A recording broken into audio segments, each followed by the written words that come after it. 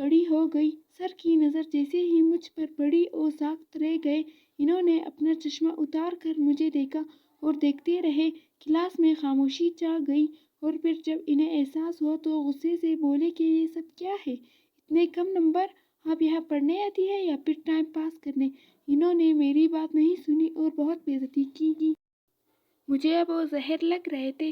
لڑکیاں جتنی ان کی دیوانی تھی مجھے وہ اتنے برے لگنے لگے تھے۔ میں نے جب کہا کہ لیٹ ہو گئی تو اس بات پر مزید بے عزتی ہوئی۔ مجھے رونا بھی آ رہا تھا۔ خیر چھٹی وقت مجھے گھر سے بھائی لینے آتا تھا۔ وہ لیٹ ہو گیا اور میں نے کچھ ایسا دیکھا جس نے مجھے حیران کر دیا۔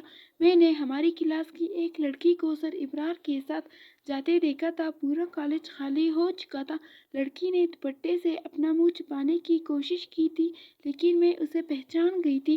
وہ سر کے ساتھ کالج کے پچھلے حصے کی جانب چلی گئی تھی۔ اچھا تو یہ اصلیت ہے۔ سر ابرار کی۔ میں نے تو نخست سے سوچا۔ مجھے اب سر ابرار سے نفرت کی ہو رہی تھی۔ اگلے دن میں اس لڑکی کے پاس گئی اور اس سے پوچھا کہ کل تم سر ابرار کے ساتھ کہاں گئی تھی؟ میری بات سن کر اس کا رنگ پیلا پڑ گیا اور وہ گھبرا گئی اور پھر جلدی سے بولی کہ کام تھا اسی لیے گئی تھی۔ وہ فٹافٹ وہاں سے بھاگ گئی۔ میں سب سمجھ چکی تھی۔ پہلے شخص کو مفت میں لڑکیاں مل رہی ہو تو اسے شادی کرنے کی کیا ضرورت؟ اب سر ابرار جب بھی کلاس میں آتے مجھے نظر انداز کرتے، کبھی چھوٹی چھوٹی باتوں پر ڈانٹتے۔ اگلا ٹیسٹ ہوا تو میرا نمبر بلا وجہ کاٹے گئے اور اس لڑکی کے نمبر سب سے زیادہ تھے جو اس دن سر کے ساتھ گئی تھی۔ میں سمجھ گئی تھی کہ نمبر لینے کے لیے لڑکیاں کیا کچھ کرتی تھیں۔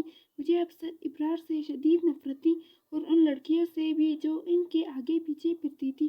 اب مجھے سمجھ آیا تھا کہ لوگ کیوں کہتے تھے کہ میل ٹیچر سے بچ کر رہنا چاہیے۔ ایسے لوگوں نے تعلیمی اداروں کو بھی بدنام کر دیا تھا۔ سب کے سامنے شرافت کا لبادہ اوڑھے رکھنے والا انسان حقیقت میں کیسا تھا یہ کوئی مجھ سے پوچھتا۔ ایک دن پھر سے میں لیٹ ہو گئی۔ میں نے اپنی کلاس کی ایک اور لڑکی کو سر کے آفس سے جاتے دیکھا تھا۔ وہ سر کی گاڑی میں بیٹھ کر چلی گئی تھی۔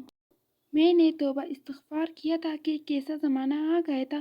لڑکیوں کو ذرا بھی اپنی عزت کا خیال نہیں تھا۔ مجھے دلی افسوس ہوا تھا۔ سر ابرار کے بارے میں جتنا میں نے سنا تھا میرے ذہن میں ان کا ایک اچھا خاکہ بن گیا تھا، پر اب وہ خاکے ایک بری طرح سے مٹ گیا تھا۔ اب مجھے بس سر ابرار سے نفرت تھی اور باقی لڑکیوں سے بھی، اور یہ نفرت مزید بڑھ گئی جب اگلے دن میں مارکیٹ گئی۔ وہاں میں نے اپنی دوست کو سر ابرار کے ساتھ مال میں شاپنگ کرتے دیکھا۔ کم از کم میں نے اپنی دوست کو ایسا نہیں سمجھا تھا۔ وہ دونوں یوں ہنس ہنس کر باتیں کر رہے تھے جیسے کہ پرانے دوست ہو۔ میرے اندر چین سے کچھ ٹوٹا تھا۔ میری دوست کی نظر مجھ پر پڑ چکی تھی۔ وہ ایک پل کو تو ساکت ہوئی، پھر میری جانب بڑھی اور آ کر گلے لگ گئی۔ تم یہاں کیا کر رہی ہو نازنین؟ وہ حیرانی سے پوچھ رہی تھی۔ جو تم کر رہی ہو وہ میں کرنے نہیں آئی۔ میں نے ایک ایک لفظ چھپاتے کہا۔ میری نظریں سر ابرار پر جمی تھی جو مجھ سے نظریں چرائے کھڑے تھے۔ میری بات سن کر میری دوست کا رنگ فک ہوا۔ ارے ایسی کوئی بات نہیں ہے، دراصل میں یہاں ٹیکس پے کرنے آئی تھی۔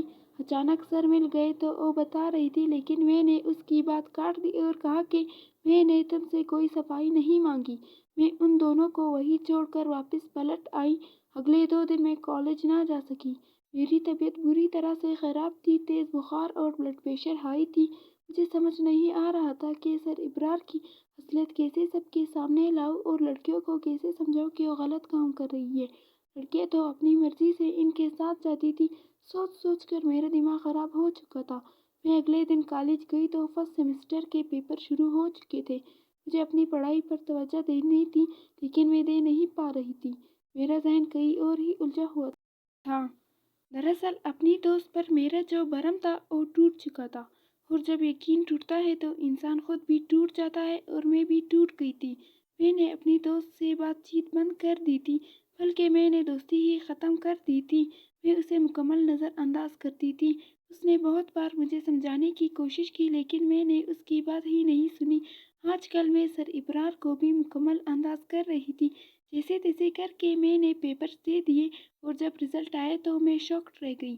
میری دوست کی پہلی پوزیشن تھی اور میری دوسری، حالانکہ مڈ ٹرم میں پہلے نمبر پہ میں تھی۔ رزلٹ جیسے ہی اناؤنس ہوا میرے جو جسم میں جیسے آگ لگ گئی۔ میں جانتی تھی میری دوست کو پہلی پوزیشن کیوں دی گئی تھی۔ میرا دماغ بری طرح سے گھوم چکا تھا۔ میں بنا کچھ سوچے سمجھے سر ابرار کے آفس پہنچ گئی اور مجھے اپنے آفس میں دیکھ کر حیران ہوئی۔ کیا ہوا نازنین، سب ٹھیک ہے نا؟ انہوں نے پریشانی سے پوچھا۔ ایسا کون سا ٹیکس لیتے ہیں آپ لڑکیوں سے جو بدلے میں انہیں اچھے مارکس دیتے ہیں؟ میں نے غصے اور بدتمیزی کی تمام حدیں پار کرتے ہوئے پوچھا۔ میری بات پر سر کی بوئیں سکڑ گئی۔ کیا مطلب؟ وہ اپنی جگہ سے کھڑے ہوئے۔ میرے سامنے ڈرامہ کرنے کی ضرورت نہیں، میں آپ کی اصلیت اچھے خاصے سے جانتی ہوں۔ شرافت کا لبادہ اوڑھے پھرتے ہیں آپ اور لڑکیوں کا استعمال کرتے ہیں۔ ابھی میں نے اتنا ہی کہا تھا کہ ایک زوردار تھپڑ میرے منہ پر پڑا تھا۔ وہ کہاں جانے والی نظروں سے مجھے گھور رہے تھے۔ میں واپس آ گئی اور ایک کلاس روم میں چھپ گئی۔ آج تو مجھے سر کا پردہ فاش کرنا ہی تھا۔ میری دوست سر کے آفس میں تھی۔ جیسے ہی سب چلے گئے وہ دونوں کالج کی بلڈنگ کے پچھلے حصے میں چلے گئے۔ میں بھی پیچھے پیچھے گئی۔ سامنے ایک گھر بنا تھا، کوارٹر ٹائپ، دروازہ کھلا تھا۔ وہ اندر جا چکے تھے۔ میں بھی سوچے سمجھے بنا اندر داخل ہوئی، پر جیسے میں اندر گئی تو دھک سے رہ گئی۔ سامنے میری دوست کھڑی تھی اور پھر مجھے دروازہ بند ہونے کی آواز آئی۔ پلٹ کر دیکھا تو سر ابرار نے دروازہ بند کر دیا تھا۔ میرا دل ڈوب گیا تھا۔ بہت شوق ہے نا تمہیں اصلیت جاننے کا؟ آؤ میں تمہیں دکھاتا ہوں۔ سر میرا ہاتھ پکڑتے ایک کمرے میں لے آیا۔ میں اپنا ہاتھ چھڑانے کی کوشش کر رہی تھی، لیکن کمرے کا منظر دیکھ کر میری آنکھیں پٹی کی پٹی رہ گئی۔ اندر ایک پاگل بوڑھی عورت تھی جو ایک گڑیا کو گود میں لیے پیار کر رہی تھی۔ وہ اسے اپنی بیٹی سمجھ رہی تھی۔ پھر وہ مجھے کھینچتے دوسرے کمرے میں لے آ گئے۔ سامنے بستر پر ایک اور بوڑھی عورت تھی۔ ابرار تم آ گئے؟ وہ بیمار تھی اور بیٹھ بھی نہیں سکتی تھی، لیکن جیسے ہی مجھ پر نظر پڑی تو حیران رہ گئی۔ نائمہ میری بچی، وہ مجھے دیکھتے ہی بولی۔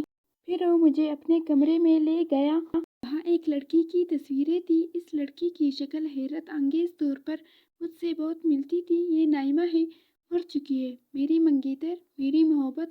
وہ جو پاگل عورت ہے اس کی ماں ہے، اپنی بیٹی کو کھو کر پاگل ہو چکی ہے، اور دوسری ماں ہے جو بیمار ہے۔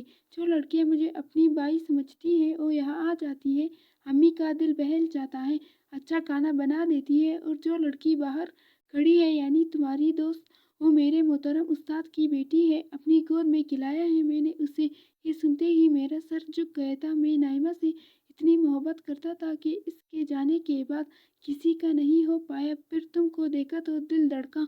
پھر اتنی کم ظرف لڑکی سے میں محبت نہیں کر سکتا۔ میں حیرانی سے اسے دیکھ رہی تھی۔ میری آنکھوں میں پانی آ گیا تھا۔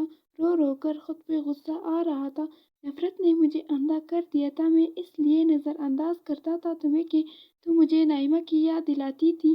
تمہاری میری عمر میں اتنا فرق ہے، تم کبھی مجھے نہ مل پاتی اور اب مجھے چاہیے بھی نہیں ہو۔ اور اس دن میں روتے ہوئے واپس آئی۔ پھر میں نے سب سے معافی مانگی، خاص طور پر سر ابرار سے۔